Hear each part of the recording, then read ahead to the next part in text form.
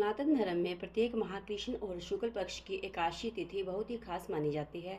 31 जुलाई यानी कि आज कामिका एकादशी का व्रत रखा जा रहा है। कामिका एकादशी को पवित्र एकादशी के नाम से भी जाना जाता है। कामिका एकादशी श्रावण मास की पहली एकादशी है। इस दिन भगवान विष्णु के साथ भगवान शिव की उपासना की जाती है, इसलिए इसका महत्व बहुत ज़्यादा है।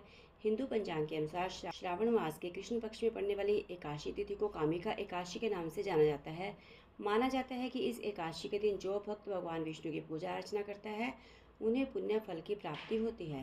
कामिका एकादशी की तिथि का प्रारंभ 30 जुलाई यानी कि कल शाम 4:44 पर हो चुका है और तिथि का समापन 31 जुलाई यानी कि दिन में 3:55 पर होगा। कामिका एकादशी का पारण 1 अगस्त को सुबह 5:43 से सुबह 8:20 तक होगा। कामिका एकादशी का महत्व।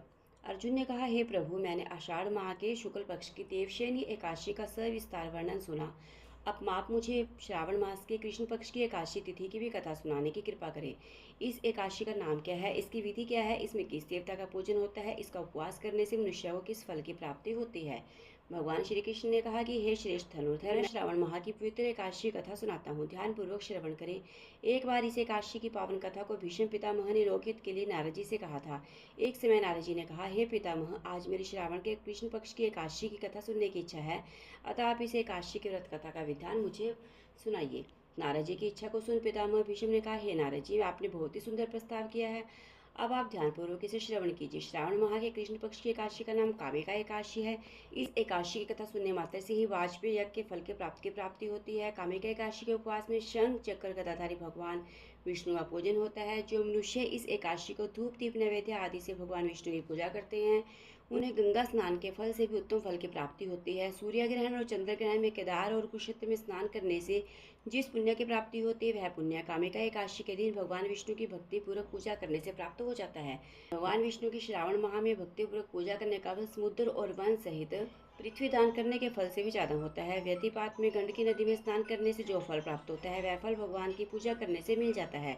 संसार में भगवान की पूजा का फल सबसे ज्यादा है, अतः भक्तिपूर्वक भगवान की पूजा न बन सके तो श्रावण मास के कृष्ण पक्ष की कामिका एकादशी का व्रत करना चाहिए।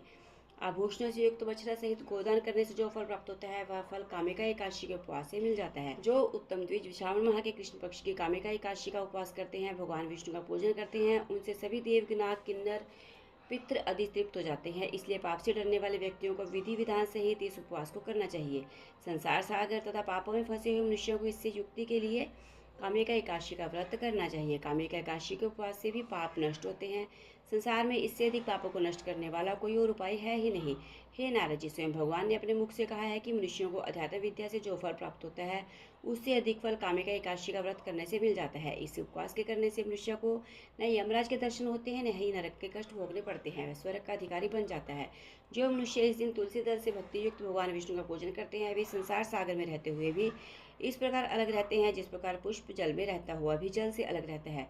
तुलसी दल से भगवान श्री हरि का पूजन करने का फल 1 बार स्वर्ण और 4 बार चांदी के दान के बराबर होता है। भगवान विष्णु रतन मोती मणि आदि आभूषणों की उपेक्षा तुलसी दल से अधिक प्रसन्न होते हैं। जो मनुष्य प्रभु का तुलसी दल से पूजन करते हैं उनके सभी पाप नष्ट हो जाते हैं। नारद जी, मैं भगवान की अति प्रिय श्री तुलसी जी को प्रणाम करता हूँ। तुलसी जी के दर्शन मात्र से मनुष्य के सभी पाप नष्ट हो जाते हैं। शरीर के स्पर्श मात्र से मनुष्य पवित्र हो जाता है। तुलसी जी को जल से स्नान कराने से मनुष्य की सभी यम यातनाएं नष्ट हो जाती हैं। जो मनुष्य तुलसी जी को भक्तिपूर्वक भगवान के श्री चरण कमलों में अर्पित करता है उसे मुक्ति मिलती है। इस कामिका एकादशी की रात्रि को जो मनुष्य जागरण करते हैं, दीपदान करते हैं, उनके पुण्यों को लिखने से चित्रगुप्त भी असमर्थ है। एकादशी के दिन जो मनुष्य भगवान के सामने दीपक जलाते हैं उनके पितृ स्वर्गलोक में अमृत का पान करते हैं। भगवान के सामने जो मनुष्य घी या तिल के तेल का दीपक जलाते हैं उनको सूर्यलोक में भी सहस्त्रों दीपकों का प्रकाश मिलता है। एक गांव में एक वीर क्षत्रिय रहता था। एक दिन किसी कारणवश उसके ब्राह्मण के साथ हाथापाई हो गई। ब्राह्मण की मृत्यु हो गई। अपने हाथों मारे गए ब्राह्मण की क्रिया उस क्षत्रिय ने करनी चाहिए, परंतु पंडितों ने उसे क्रिया में शामिल होने से मना कर दिया। ब्राह्मणों ने बताया कि तुम पर ब्रह्म हत्या का दोष है, पहले प्रायश्चित कर इस पाप से मुक्त हो, तब हम तुम्हारे घर भोजन करेंगे।